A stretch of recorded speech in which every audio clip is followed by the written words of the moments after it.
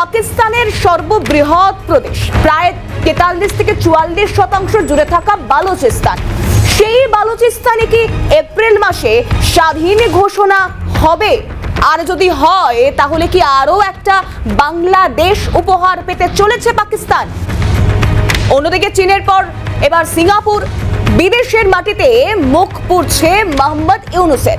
দেখুন, ইউনূসের ভূমিকা এগুলো তো যথেষ্ট তাৎপর্যপূর্ণ এবং আমরা লাগাতার জিরো আওয়ারে আলোচনা করে আসছি। আজ আরো একবার আলোচনা করব, কারণ চীনের সঙ্গে এবার পাকিস্তানের সম্পর্ক তাও কি ভাঙনের মুখে? এই নিয়ে বিস্তারিত আমরা আলোচনায় থাকবো। নিউজ রুম থেকে চিফ রিপোর্টার সত্যজিৎ মুখোপাধ্যায় রয়েছেন আমার সঙ্গে সরাসরি। সত্যজিৎ, একদমই তুমি যে তথ্য জানাচ্ছিলে যে আগে নিজেকে কিছু ভালো কাজ করতে হয়, অর্থাৎ চ্যারিটি বিগিনস অ্যাট হোম, সেই বিষয়টা আমরা জানি। এবং যদি আমার যদি সেই কাজটাই খুব খারাপ হয় তাহলে তার ডিভিডেন্ড তো আমাদের দিকে আসবেই।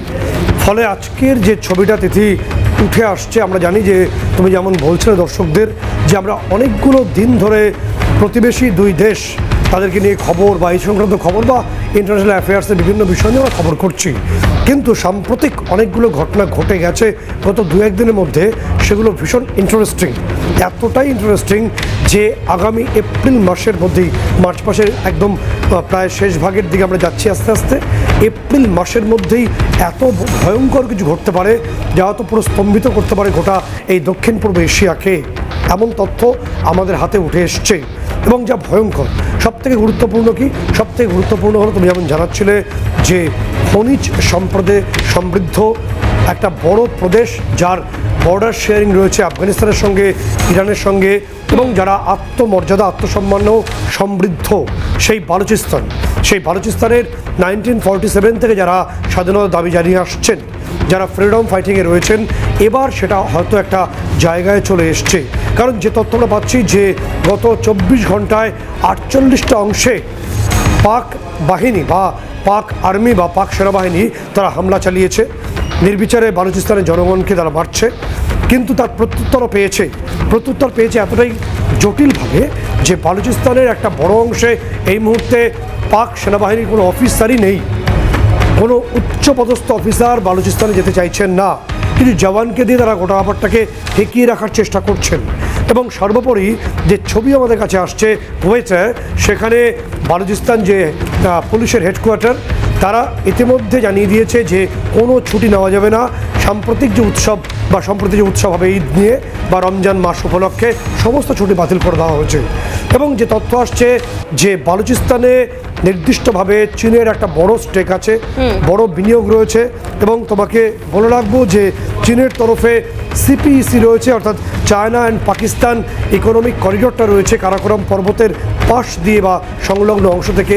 সেই অংশে ব্যাপকভাবে চীনা নাগরিকদের অপহরণ করা হয়েছে, তাদের একেবারে নিহত করা হয়েছে, তাদের মেরে ফেলা হয়েছে, এই তথ্য তো উঠেই এসছে।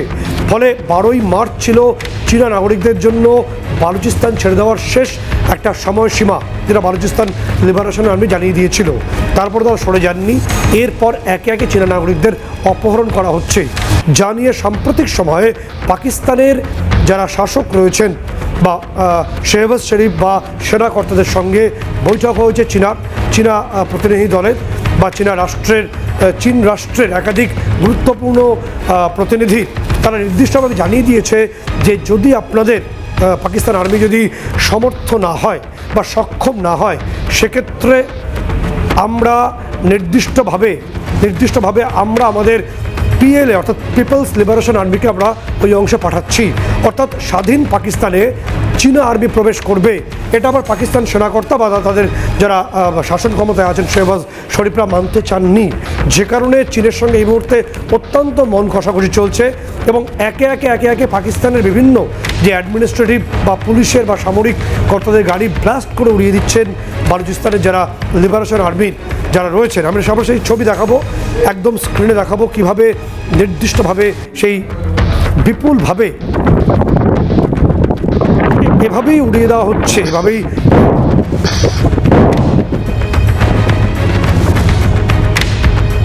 কোনো কারণে উড়িয়ে দেওয়া হচ্ছে তিথি যে বালুচিস্তানে যে ঘটনা এই মুহূর্তে চলছে, পাকিস্তানের যে ম্যাপটি আমরা দেখে অভ্যস্ত, মানচিত্রটি দেখে অভ্যস্ত বোধ হয় সেটি আর থাকছে না। এপ্রিল মাসের মধ্যেই স্বাধীন বালুচিস্তান কি হতে চলেছে, সেই প্রশ্নটা সবথেকে গুরুত্বপূর্ণ। কারণ ইতিমধ্যে বালুচিস্তান লিবারেশন আর্মি তাদের যে সংবিধান, যেটা ইন্টারন্যাশনাল বিভিন্ন ডোমেনে ইতিমধ্যে পাওয়া যাচ্ছে, একটু সার্চ করলেই পাওয়া যাবে, সেই যে তাদের নিজস্ব সংবিধান ইতিমধ্যে রচনাও করে ফেলেছে, বিভিন্ন আর্টিকেল তৈরি হয়েছে, আমরা সেই ছবিও তাদের সংবিধানের স্ক্রিনে দেখিয়ে দেবো। এবং এভাবেই গোটা পরিস্থিতি তৈরি হয়েছে। সবথেকে বড় প্রশ্ন, যেটা প্রশ্ন হয়ে উঠছে, যে এই বিষয়টাকে একেবারে নির্বিচারে প্রতিরোধ করতে পাকিস্তানের তরফে তাদের যে সামুঙ্গল যে এয়ারবেস রয়েছে সেখান থেকে JF-17 চীনের দেওয়া যে ফাইটার জেট JF-17 সেইগুলোকে বোধহয় এবার ওড়ানো হবে এবং বালুচিস্তানের মানুষের ওপর এবার এয়ার স্ট্রাইক করে পাকিস্তান, যা সারা বিশ্বকে বিস্মিত করবে এবং বিশ্বের বড় বড় রাষ্ট্রের কোপে পড়তে চলেছে পাকিস্তান। কারণ নির্বিচারে যদি বালোচ আর্মি বা বালোচ যে সাধারণ মানুষ, নিরীহ মানুষ, তাদের উপর এয়ার স্ট্রাইক করা হয় পাকিস্তান নিজের দেশের মধ্যেই, তাহলে প্রশ্ন উঠবে। এবং একই সঙ্গে পাকিস্তান ভেঙে হয়তো বালুচিস্তান এপ্রিল মাসের মধ্যেই নতুন রাষ্ট্র হিসেবে আত্মপ্রকাশ করতে চলেছে। যে প্রশ্ন উঠছে যে আগামী এপ্রিল মাসেই কি পাকিস্তান নতুন করে আরও একটা বাংলাদেশ উপহার পেতে চলেছে। আরও একটা বাংলাদেশ 1971 সালে পূর্ব দিকে বাংলাদেশ তৈরি হয়েছিল, এবার পাকিস্তানের পশ্চিম, একেবারে পশ্চিম দিকের যে প্রদেশটি বালুচিস্তান, সেটি যদি স্বাধীনতা পেয়ে যায় তাহলে বি দিয়েই শুরু হচ্ছে আরও একটি বাংলাদেশ পাকিস্তানের পশ্চিম সীমান্তে, যেটা ইরান এবং আফগানিস্তান আমাদের দুই সুপ্রতিবেশীর সঙ্গে সম্পর্ক এবং বর্ডার তাদের অত্যন্ত ভালো।